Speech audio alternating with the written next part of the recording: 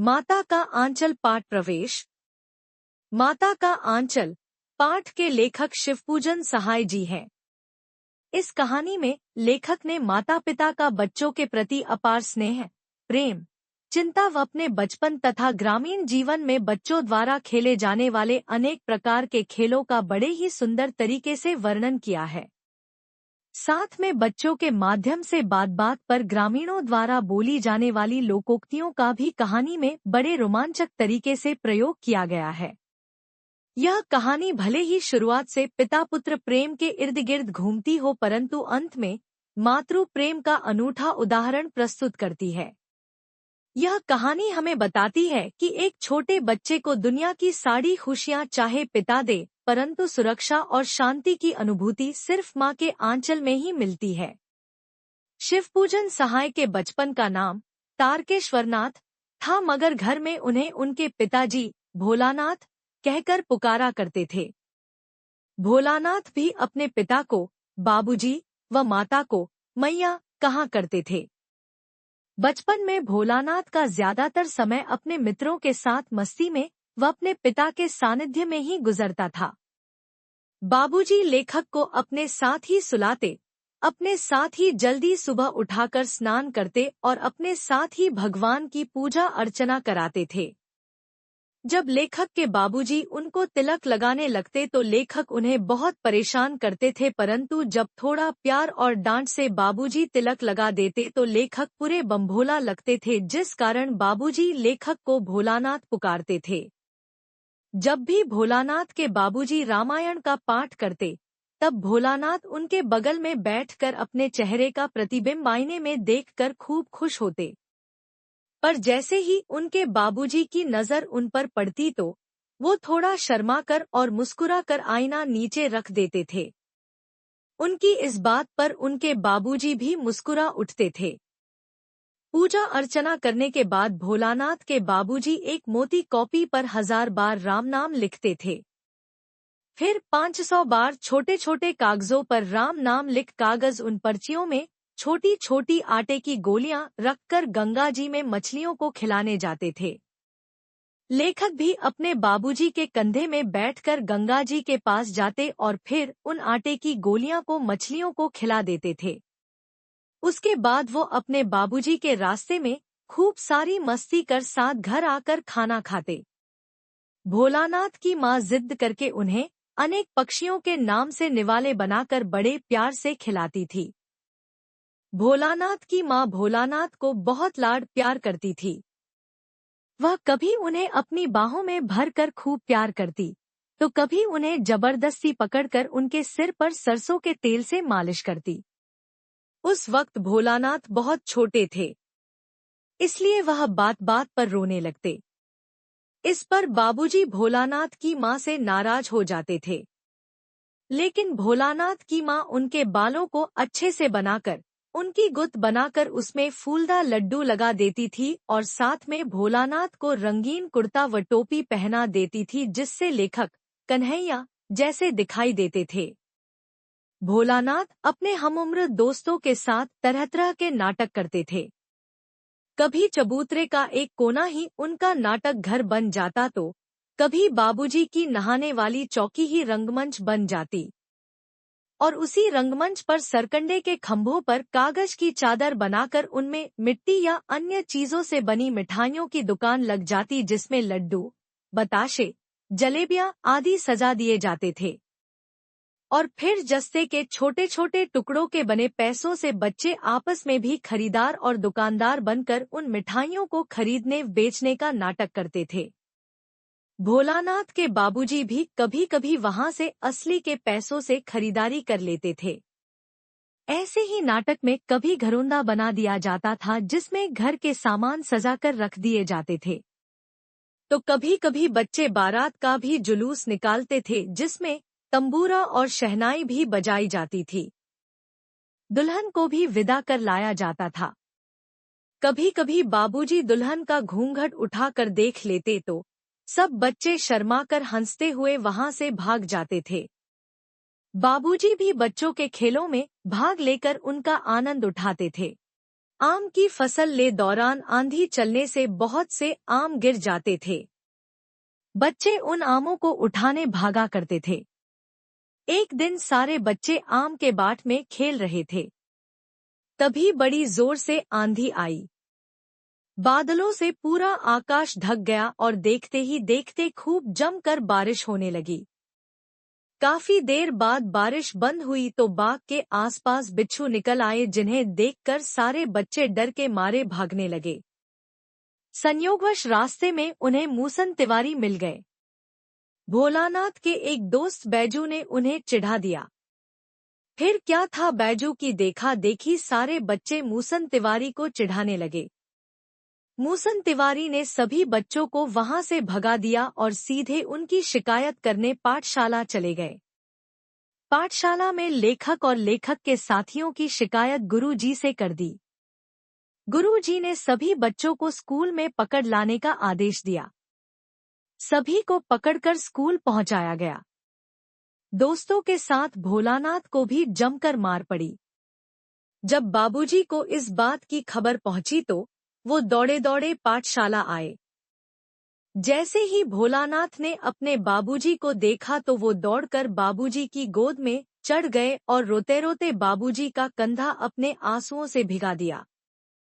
गुरुजी की विनती कर बाबूजी भोलानाथ को घर ले आए। भोलानाथ काफी देर तक बाबूजी की गोद में भी रोते रहे, लेकिन जैसे ही रास्ते में उन्होंने अपनी मित्र मंडली को देखा तो वो अपना रोना भूलकर मित्र मंडली में शामिल होने की जिद करने लगे। मित्र मंडली उस समय चिड़ियों को पकड़ने की कोशिश कर रही थी।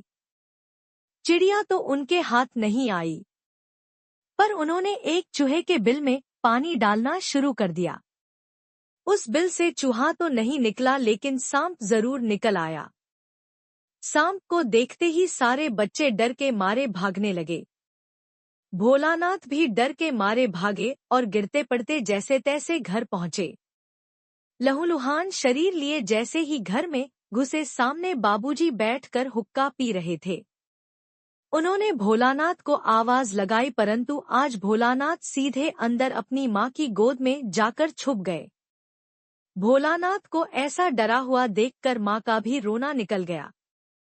उन्होंने भोलानाथ के जख्मों की पट्टी की और उससे उसके डर का कारण पूछने लगी।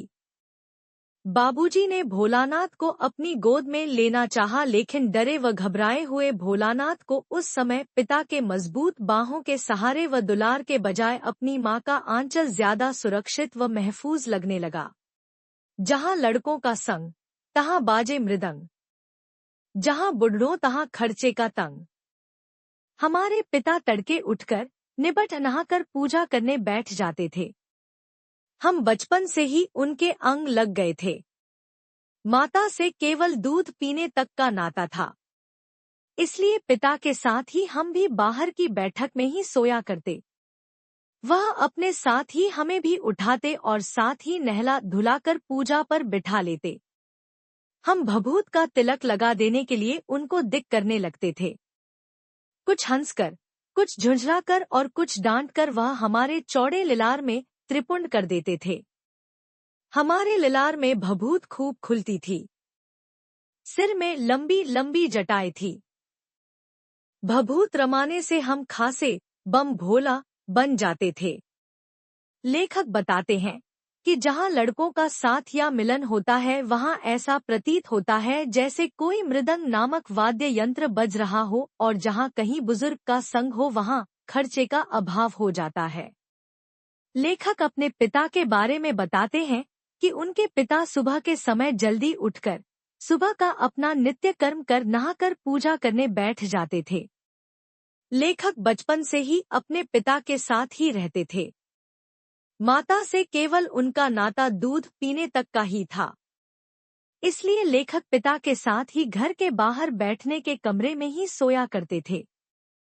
लेखक के पिता जब सुबह स्वयं उठते तो लेखक को भी अपने साथ ही उठाते और साथ ही नहला धुलाकर पूजा करने बिठा लेते। लेखक यज्ञ कुंड या धूनी की भस्म का तिलक लगा देने के लिए पिताजी को परेशान करने लगते थे। तब पिताजी लेखक को कुछ हंसकर, कुछ क्रुद्ध और कुछ डांटकर लेखक के चौड़े मस्तक में 3 आड़ी या अर्धचंद्राकार रेखाएं बनाकर तिलक कर देते थे। लेखक बताते हैं कि उनके मस्तक पर वह तिलक खूब अच्छा लगता था। लेखक छोटे थे इसलिए उनके सिर में लंबी लंबी जटाएं थी। तिलक लगाने से लेखक अच्छे खासे बम भोला बन जाते थे। पिताजी हमें बड़े प्यार से भोलानाथ कहकर पुकारा करते, पर असल में हमारा नाम था तारकेश्वरनाथ। हम भी उनको बाबूजी कहकर पुकारा करते और माता को मैया। जब बाबूजी रामायण का पाठ करते तब हम उनकी बगल में बैठे बैठे आईने में अपना मुंह निहारा करते थे। जब वह हमारी ओर देखते तब हम कुछ लजाकर और मुस्कुराकर आईना नीचे रख देते थे। वह भी मुस्कुरा पड़ते थे। पूजा पाठ कर चुकने के बाद वह राम राम लिखने लगते। अपनी एक रामनामा बही पर 1000 राम्स नाम लिखकर वह उसे पाठ करने की पोथी के साथ बांधकर रख देते। फिर 500 बार कागज के छोटे छोटे टुकड़ों पर राम नाम लिखकर आटे की गोलियों में लपेटते और उन गोलियों को लेकर गंगा जी की ओर चल पड़ते थे। उस समय भी हम उनके कंधे पर विराजमान रहते थे। जब वह गंगा में एक एक आटे की गोलियां फेंककर मछलियों को खिलाने लगते तब भी हम उनके कंधे पर ही बैठे बैठे हंसा करते थे। जब वह मछलियों को चारा देकर घर की ओर लौटने लगते तब बीच रास्ते में झुके हुए पेड़ों की डालों पर हमें बिठाकर झूला झुलाते थे। लेखक बताते हैं कि तिलक लगाने से वे बम्भोला लगते थे, इसी कारण उनके पिताजी उन्हें बड़े प्यार से भोलानाथ कहकर पुकारा करते थे, पर असल में लेखक का नाम तारकेश्वरनाथ था। लेखक भी पिताजी को बाबूजी कहकर पुकारा करते थे और अपनी माता को मैया। लेखक बताते हैं कि जब उनके बाबूजी रामायण का पाठ करते थे तब लेखक उनकी बगल में बैठे बैठे आईने में अपना मुंह देखा करते थे। जब वे लेखक को ऐसा करते हुए देखते तब लेखक कुछ शर्माकर और मुस्कुराकर आईना नीचे रख देते थे। बाबूजी भी लेखक की इस हरकत पर मुस्कुरा पड़ते थे। लेखक अपने पिता के बारे में बताते हैं कि पूजा पाठ करने के बाद बाबूजी राम राम लिखने लगते थे। वे अपनी एक रामनामा बही, जो सिली हुई मोटी कॉपी जो हिसाब लिखने के काम आती है, उस पर 1000 बार राम्स नाम लिखकर उसे पाठ करने की बड़ी पुस्तक के साथ बांधकर रख देते थे। फिर 500 बार कागज के छोटे छोटे टुकड़ों पर राम नाम लिखकर आटे की गोलियों में लपेटते और उन गोलियों को लेकर गंगा जी की ओर चल पड़ते थे। लेखक बांटते हैं कि उस समय वे भी बाबूजी के कंधे पर बैठे रहते थे। जब वह गंगा में एक एक आटे की गोलियां फेंककर मछलियों को खिलाने लगते तब भी लेखक उनके कंधे पर ही बैठे बैठे हंसा करते थे। जब वह मछलियों को खाना खिलाकर घर की ओर लौटने लगते तब बीच रास्ते में झुके हुए पेड़ों की डालों पर लेखक को बिठाकर झूला झुलाते थे। कभी कभी बाबूजी हमसे कुश्ती भी लड़ते। वह शिथिल होकर हमारे बल को बढ़ावा देते और हम उनको पछाड़ देते थे।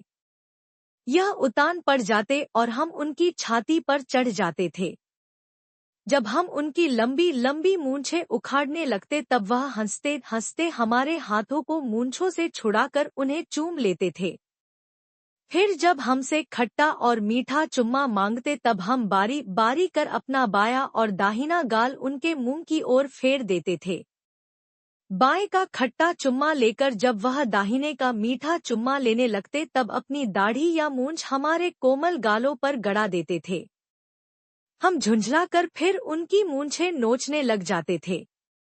इस पर वह बनावटी रोना रोने लगते और हम अलग खड़े खड़े खिलाकर हंसने लग जाते थे। उनके साथ हंसते हंसते जब हम घर आते तब उनके साथ ही हम भी चौके पर खाने बैठते थे। वह हमें अपने ही हाथ से फूल के एक कटोरे में गोरस और भात सानकर खिलाते थे। जब हम खाकर अफर जाते तब मैया थोड़ा और खिलाने के लिए हट करती थी। वह बाबूजी से कहने लगती, आप तो 4-4 दाने के कौर बच्चे के मुंह में देते जाते हैं। इससे वह थोड़ा खाने पर भी समझ लेता है कि हम बहुत खा गए। आप खिलाने का ढंग नहीं जानते, बच्चे को भर मुंह कौर खिलाना चाहिए। जब खाएगा बड़े बड़े कौर, तब पाएगा दुनिया में ठौर। लेखक बताते हैं कि कभी कभी बाबूजी उनके साथ कुश्ती भी लड़ते थे। बाबूजी जानबूझकर थका जाते ताकि लेखक के बल को बढ़ावा मिले और लेखक भी बाबूजी को कुश्ती के एक दांव की तरह जमीन पर गिरा देते थे। बाबूजी पीठ के बल लेट जाते और लेखक उनकी छाती पर चढ़ जाते थे। जब लेखक उनकी लंबी लंबी मूंछें उखाड़ने लगते तब बाबूजी हंसते हंसते लेखक के हाथों को मूंछों से छुड़ाकर उन्हें चूम लेते थे। फिर जब बाबूजी लेखक से खट्टा और मीठा चुम्मा मांगते तब लेखक भी बारी बारी कर अपना बायां और दाहिना गाल उनके मुंह की ओर फेर देते थे। बाएं का खट्टा चुम्मा लेकर जैसे ही दाहिने का मीठा चुम्मा लेने लगते तब बाबूजी अपनी दाढ़ी या मूंछ लेखक के कोमल गालों पर गड़ा देते थे। लेखक झुंझलाकर फिर उनकी मूंछें नोचने लग जाते थे। इस पर बाबूजी नकली कृत्रिम रोना रोने लगते और लेखक अलग खड़े खड़े खिलाकर हंसने लग जाते थे। इसी तरह हंसी मजाक करते हुए जब दोनों घर आते तब बाबूजी के साथ ही लेखक भी चौके पर खाने बैठते थे। बाबूजी लेखक को अपने ही हाथ से फूल के एक कटोरे में गोरस और भात मिलाकर खिलाते थे। जब लेखक भर पेट से अधिक खा लेते तब मैया थोड़ा और खिलाने के लिए जिद करती थी। वह बाबूजी से कहने लगती, आप तो चार चार दाने के निवाले बच्चे के मुंह में देते जाते हैं। इससे वह थोड़ा खाने पर भी समझ लेता है कि बहुत खा चुके, आप खिलाने का ढंग नहीं जानते, बच्चे को भर मुंह कौर खिलाना चाहिए। और कहती, जब खाएगा बड़े बड़े कौर, तब पाएगा दुनिया में ठौर अर्थात स्थान व अवसर। देखिए, मैं खिलाती हूँ। मर्दुए क्या जाने कि बच्चों को कैसे खिलाना चाहिए, और महतारी के हाथ से खाने पर बच्चों का पेट भी भरता है। यह कह वह थाली में दही भात सांती और अलग अलग तोता, मैना, कबूतर, हंस, मोर आदि के बनावटी नाम से कौर बनाकर यह कहते हुए खिलाती जाती कि जल्दी खा लो, नहीं तो उड़ जाएंगे। पर हम उन्हें इतनी जल्दी उड़ा जाते थे कि उड़ने का मौका ही नहीं मिलता था। जब हम सब बनावटी चिड़ियों को चट कर जाते थे तब बाबूजी कहने लगते, अच्छा, अब तुम राजा हो, जाओ खेलो। बस हम उठकर उछलने कूदने लगते थे। फिर रस्सी में बंधा हुआ काठ का घोड़ा लेकर नंग धड़ंग बाहर गली में निकल जाते थे। जब कभी मैया हमें अचानक पकड़ पाती तब हमारे लाख छटपटाने पर भी एक चुल्लू कड़वा तेल हमारे सिर पर डाल ही देती थी। हम रोने लगते और बाबूजी उस पर बिगड़ खड़े होते, पर वह हमारे सिर में तेल बोतकर हमें उबटकर ही छोड़ती थी। फिर हमारी नाभि और लिलार में काजल की बिंदी लगाकर चोटी गूंथती और उसमें फूलदार लट्टू बांधकर रंगीन कुर्ता टोपी पहना देती थी। हम खासे कन्हैया बनकर बाबूजी की गोद में सिसकते सिसकते बाहर आते थे। व्याख्या, लेखक की माता लेखक के पिता से कहती हैं कि पुरुष क्या जाने कि बच्चों को कैसे खाना खिलाना चाहिए, और माता के हाथ से खाने पर बच्चों का पेट भी भरता है। यह कह वह थाली में दही भात मिलाकर और अलग अलग तोता, मैना, कबूतर, हंस, मोर आदि के बनावटी नाम से निवाला बनाकर यह कहते हुए खिलाती जाती कि जल्दी खा लो, नहीं तो उड़ जाएंगे। पर लेखक भी उन्हें इतनी जल्दी उड़ा जाते थे कि उड़ने का मौका ही नहीं मिलता था। अर्थात लेखक भी अपनी माता के कहे अनुसार जल्दी जल्दी सारा खाना खा लेते थे। जब लेखक माँ के द्वारा बनाई गई सब बनावटी चिड़ियों को चट कर जाते थे तब बाबूजी कहते, अच्छा, अब तुम राजा हो, जाओ खेलो। इतना सुनते ही लेखक उठकर उछलने कूदने लगते थे। फिर रस्सी में बंधा हुआ काठ अर्थात वृक्ष का कोई स्थूल अंग जो कटकर सूख गया हो, उसका घोड़ा लेकर नंग धड़ंग बाहर गली में निकल जाते थे। लेखक कहते हैं कि कभी कभार मैया अचानक उन्हें पकड़ लेती थी और तब लेखक के लाख छटपटाने पर भी सरसों का तेल लेखक के सिर पर डाल ही देती थी। इससे लेखक रोने लगते और बाबूजी इस बात को लेकर मैया से झगड़ पड़ते थे कि वह लेखक के सिर में तेल सराबोर कर उन्हें बुरा बनाकर ही छोड़ती थी। फिर लेखक की मैया उनकी नाभि और माथे में काजल की बिंदी लगाकर लेखक के बालों की चोटी बनाकर और उसमें फूलदार लट्टू बांधकर रंगीन कुर्ता टोपी पहना देती थी।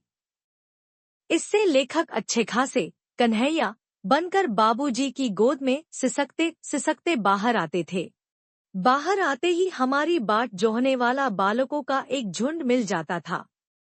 हम उन खेल के साथियों को देखते ही सिसकना भूलकर बाबूजी की गोद से उतर पड़ते और अपने हमजोलियों के दल में मिलकर तमाशे करने लग जाते थे। तमाशे भी ऐसे वैसे नहीं, तरह तरह के नाटक। चबूतरे का एक कोना ही नाटक घर बनता था। बाबूजी जिस छोटी चौकी पर बैठकर नहाते थे वही रंगमंच बनती। उसी पर सरकंडे के खंभों पर कागज का चंदोआ तानकर मिठाइयों की दुकान लगाई जाती। उसमें चिलम के खोचे पर कपड़े के थालों में ढेले के लड्डू, पत्तों की पूरी चौरिया, गीली मिट्टी की जलेबियां, फूटे घड़े के टुकड़ों के बताशे आदि मिठाइयां सजाई जातीं। ठीकरों के बटखरे और जस्ते के छोटे छोटे टुकड़ों के पैसे बनते। हमी लोग खरीदार और हमी लोग दुकानदार। बाबूजी भी 2-4 गोरखपुरिये पैसे खरीद लेते थे। थोड़ी देर में मिठाई की दुकान बढ़ाकर हम लोग घरौंदा बनाते थे। धूल की मेड़ दीवार बनती और तिनकों का छप्पर, दातून के खंभे, दियासलाई की पेटियों के किवाड़, घड़े के मुहड़े की चूल्हा चक्की, दिए की कड़ाही और बाबूजी की पूजा वाली आचमनी कलछी बनती थी।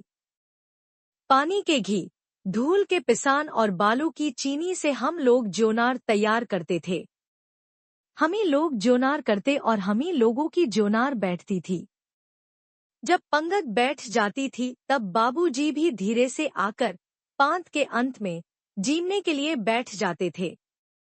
उनको बैठते देखते ही हम लोग हंसकर और घरौंदा बिगाड़कर भाग चलते थे। वह भी हंसते हंसते लोटपोट हो जाते और कहने लगते, फिर कब भोज होगा भोलानाथ। कुल्हड़, अपूर्वा, मिट्टी का पकाया गया छोटा बर्तन जिसमें चाय, पानी आदि पिया जाता है, बांध गराड़ी पर चढ़ाकर लटका दिया जाता और 2 लड़के बैल बनकर मोट खींचने लग जाते। चबूतरा खेत बनता, कंकड़ बीज और ठेंगा, अंगूठा, हलजुआठा, गाय, बैल, भैंस आदि के मुंह पर बांधी जाने वाली जाली। बड़ी मेहनत से खेत जोते बोए और पटाए जाते। फसल तैयार होते देर न लगती और हम हाथों हाथ फसल काट लेते थे।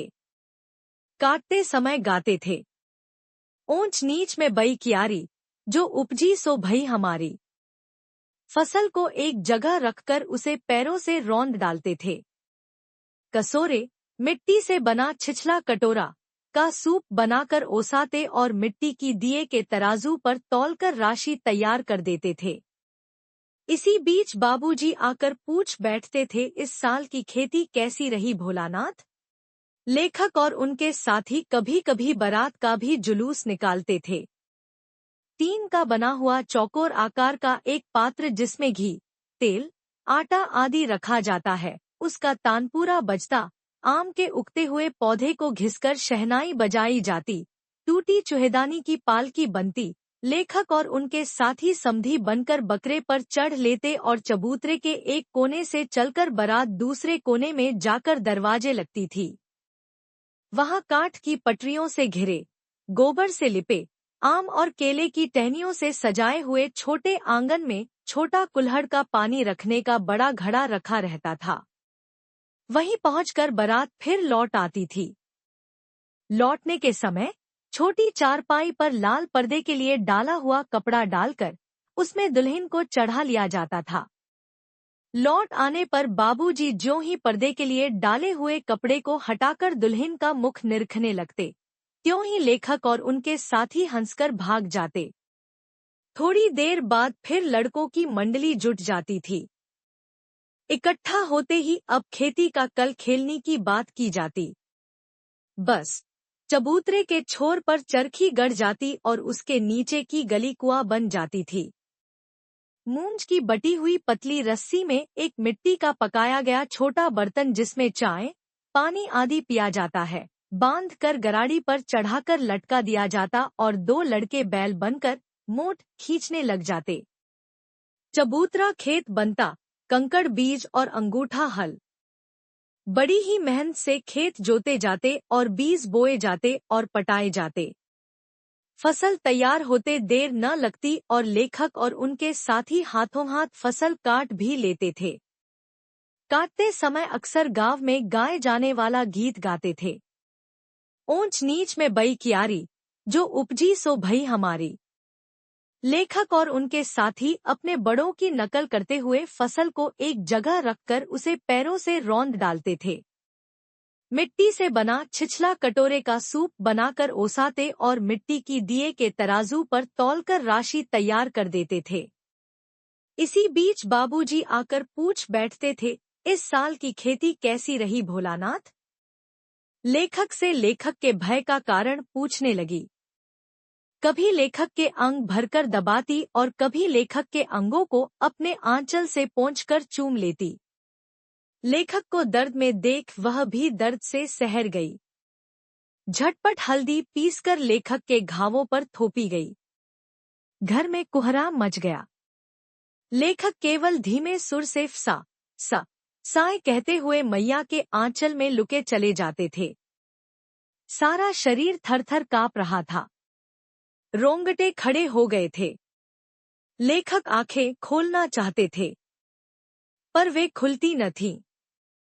लेखक के डर से कांपते हुए ओंठों को मैया बार बार देखकर रोती और बड़े लाड़ से लेखक को गले लगा लेती थी। इसी समय बाबूजी दौड़े आए।